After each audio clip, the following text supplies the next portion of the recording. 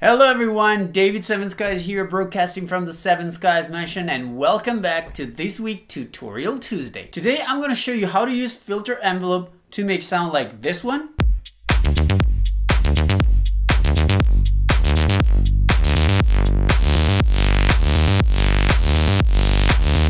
Or this one. Or this one. I'm pretty sure you heard this type of sound on tracks from producers like Diablo and all the other hexagon producers. It's widely used in Future House. Disclosure use it a lot as well. And this little filter envelope trick is very used in nowadays music production. Alright, but before we start, don't forget to hit that subscribe button and the bell button right next to it, because I will be online for 30 minutes every time I upload a video, and we're gonna have a live chat and I'll reply to all your comments. So don't forget to click them. But enough with the introduction. Let's open live, let's open our synthesizer, and let's get to work. Alright, so before I start making beats and sounds and shit, I want to explain to you how an envelope works and what it actually does. I mean, I've seen a billion tutorials on YouTube. They'll just tell you, take this down, put this up. You're gonna get the sound that you're looking for, but you're not gonna learn what's going on. And this is how I want to keep my tutorial different. I actually want you to understand what is going on within a synthesizer. So that's why sometimes my my tutorials are a little bit longer than they are supposed to be. It's just because I want you to understand, because if you understand what's going on, you'll also be able to make your own sound. So what is an envelope? Think about an envelope as an automation that you do every time you hit your note. Let's say you want your cutoff to open and close very fast every time you hit a note. You would never do this with an automation because it would take too much time to automate every single note. This is what an envelope does. It basically modulates any parameter within your synthesizer, or most of the parameter within your synthesizer, based on a certain amount and a certain time. So let's open our filter in Serum. I'm gonna use Serum because it's actually the easiest when it comes to explain modulation, because you can see where things are and stuff, and it makes it very easy to understand. Also, let's go on envelope 2, and here you see 5 knobs. We're not gonna look at the whole knob for now. Most synthesizer will give you attack, decay, sustain, and release.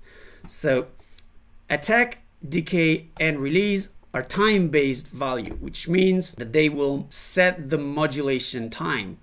While the sustain, it's an actual amount value, which means it'll determine how much the modulation is affecting a parameter.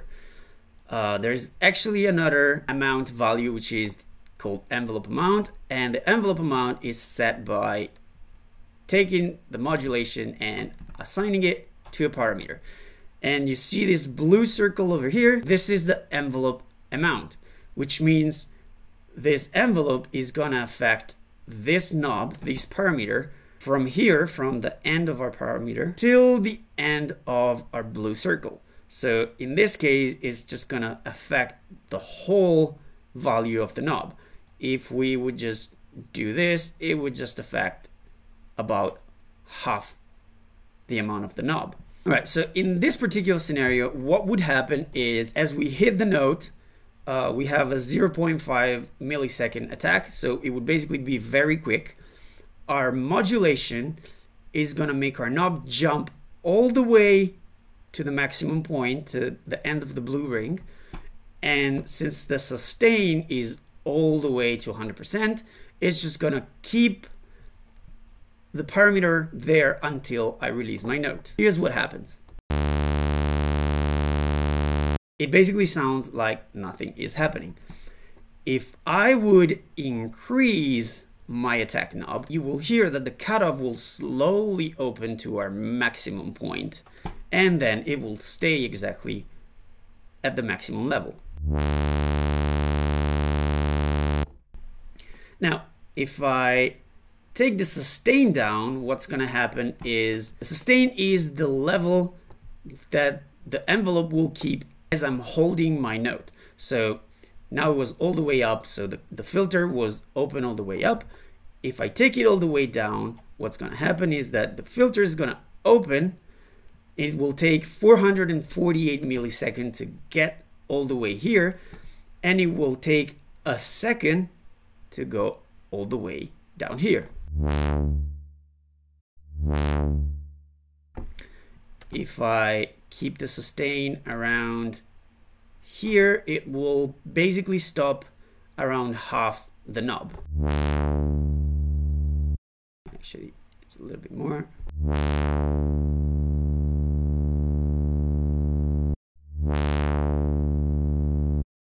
And obviously, if the decay is longer, it will take longer to get to the sustain level.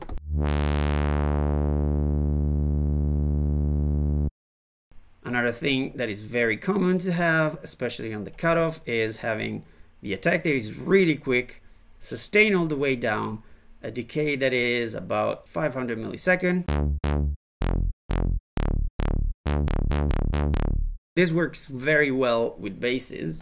Okay, so it should be pretty easy to understand what is going on now. I mean, especially with Serum, like I said, you can see the little light that's moving around the parameter, so you always know where you are within the modulation. And obviously you don't have to necessarily be all the way up with the envelope amount, you can be just halfway through. I guess what people struggle the most with envelope is to understand the envelope amount and maximum point and minimum point. Basically, once again, your maximum point, meaning this point over here, is always going to be the same as this maximum point where the blue ring ends.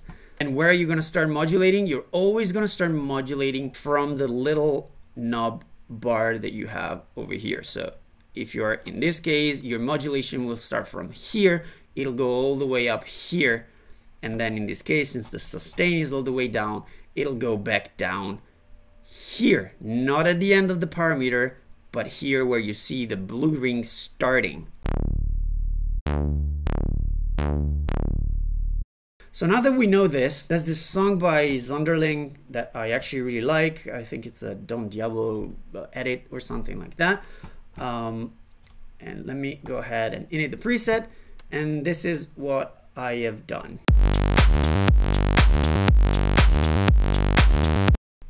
Okay, so the sound is in init. I'm sure some of you know the song I'm talking about.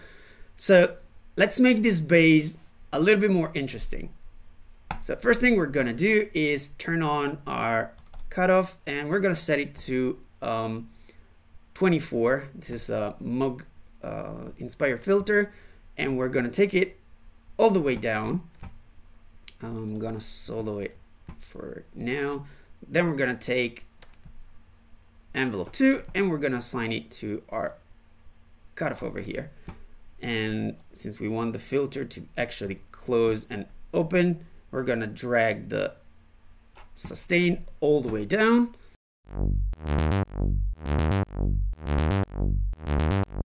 And this is what we get. Let me turn off the LFO tool for a second. I have LFO tool just to have this sidechain effect.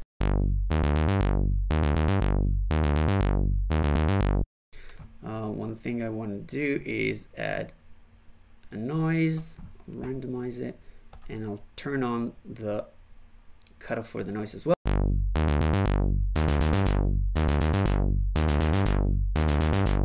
This gives it that analog sort of effect.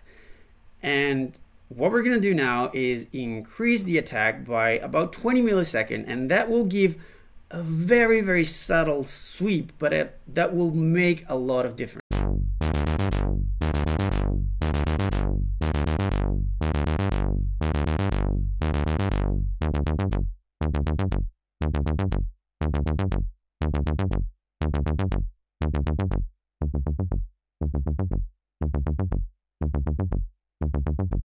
All right, so now we have this nice bass, has this very kind of organic sound to it because of the envelope, and this is what envelope usually do. It helps your sound become a little bit more organic, because otherwise without it, if I bypass it again,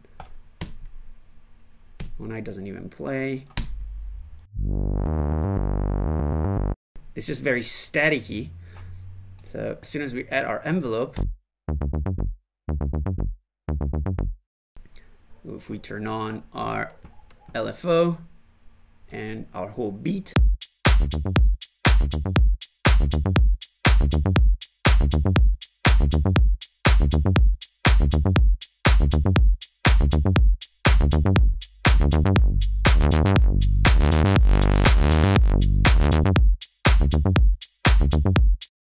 can make our sound a little bit more interesting. We can add a bit of a hyper dimension. I'm only going to use the dimension.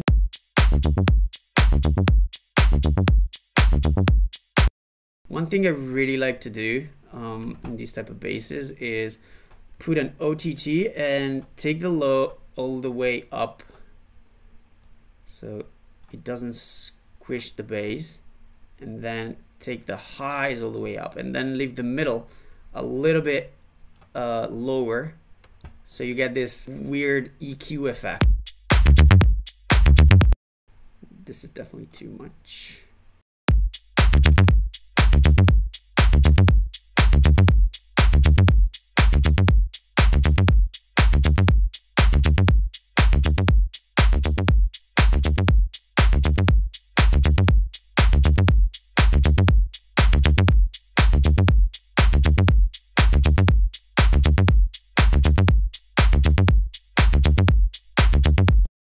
And then also we can put a very short reverb. So make it very short and cut a little bit of the lows.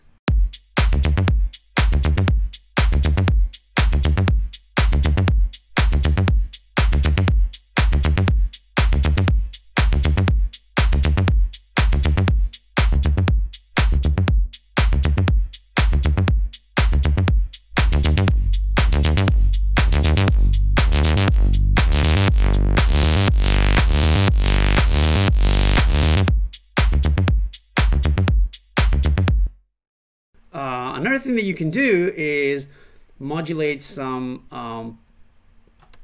EQ values with the same modulation that you're modulating your cutoff with.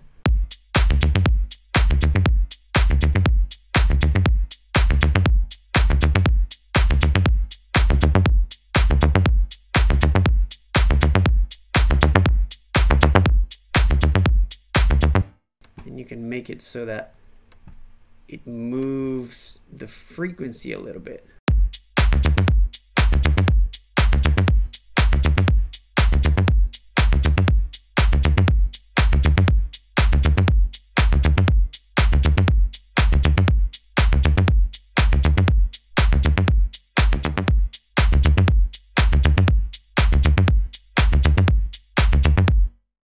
And there you go. This is how envelope on the filter basically work.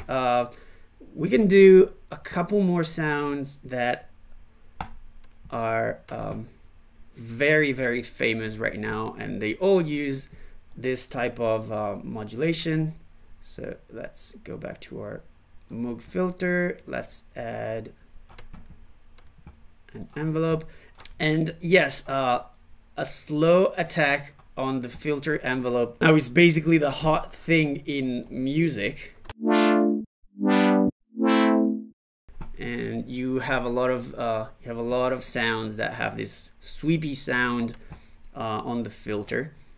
If you want to make some disclosure-ish sort of sound, we can detune and add some unison to our saws, and we can make a super saw.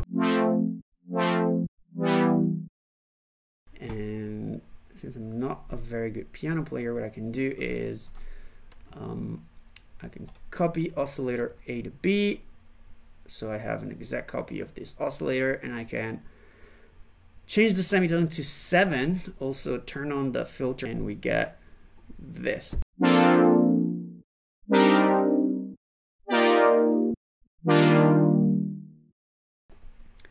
And we can have the filter going lower. We can have the attack being a little slower. And obviously, we want it to be all the way up. Could go a little even slower.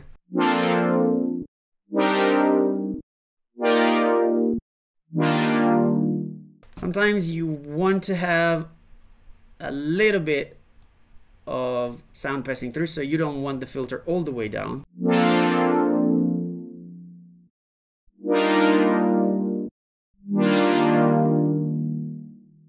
Or sometimes you might not want to have it that goes all the way up, that opens the filter all the way up, so you can have something like this. Or even more subtle. And then you can slowly turn up the filter.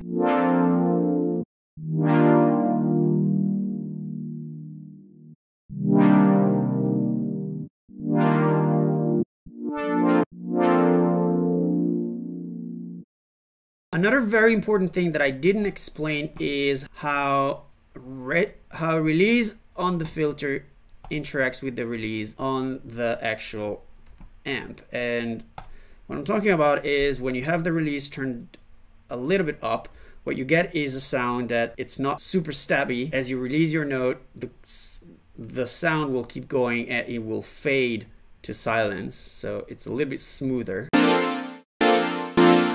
as opposed to.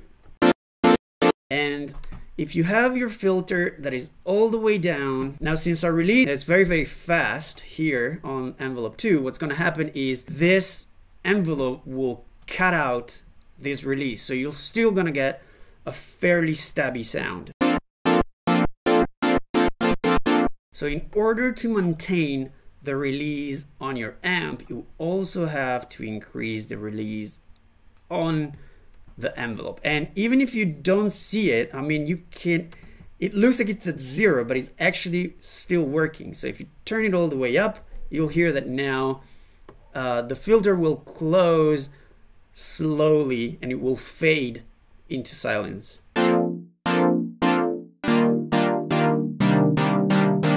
So if you're modulating the filter with an envelope and you have a lot of release on your amp and somehow you can't hear it working, it's because probably your release in envelope 2 is all the way down, and once again you get this stabby sound even if your release is turned all the way down. So this is very important. If you're dealing with releases on the amp, make sure that your other releases in other envelope have pretty much the same value so that they can catch up with it. Another sound that uses this trick is that Trumpet E sound that is basically everywhere in EDM music right now, especially all those hexagon releases. And the way you do it is, once again, turn on your cutoff, take it all the way down. We can use the 18 in this case, drag envelope 2 there, and once again, slow attack.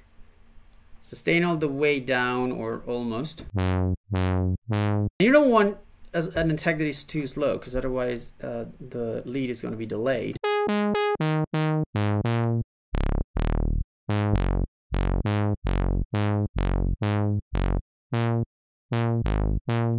Something like this, and then take the unison to 5 or something.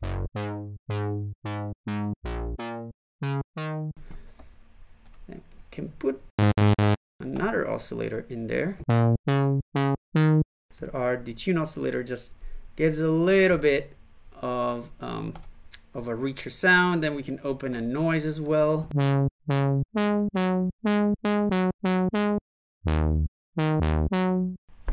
right. Then we can make the sound a little wider. Get the dimension going. A very important thing in this type of sound is the distortion. I actually like diode 1 to linfold, which is linear fold, and synfold, which I don't know what syn stands for. And the trick here is to modulate the drive and the mix with the same envelope that you're modulating the cutoff with. I'm gonna go without 2. Makes the sound a little louder and a little bit fatter. Now another thing is the OTT, and I have my OTT lead that works most of the time. This probably needs a bit of tweaking. This makes it very loud. The noise is a little bit loud, and so is the detune. And we put a bit of EQ. Also, should be way quicker.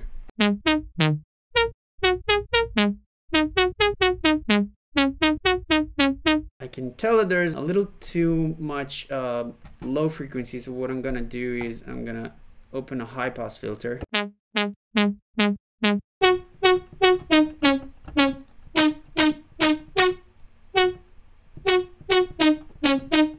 I actually like linear fold a little bit better. It gives a little bit of a more interesting sound.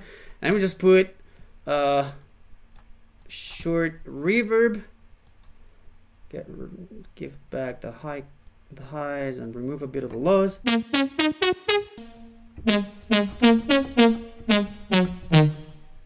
And there you go. You can decide to have more detune. And you can decide to have it a little bit slower on the decay.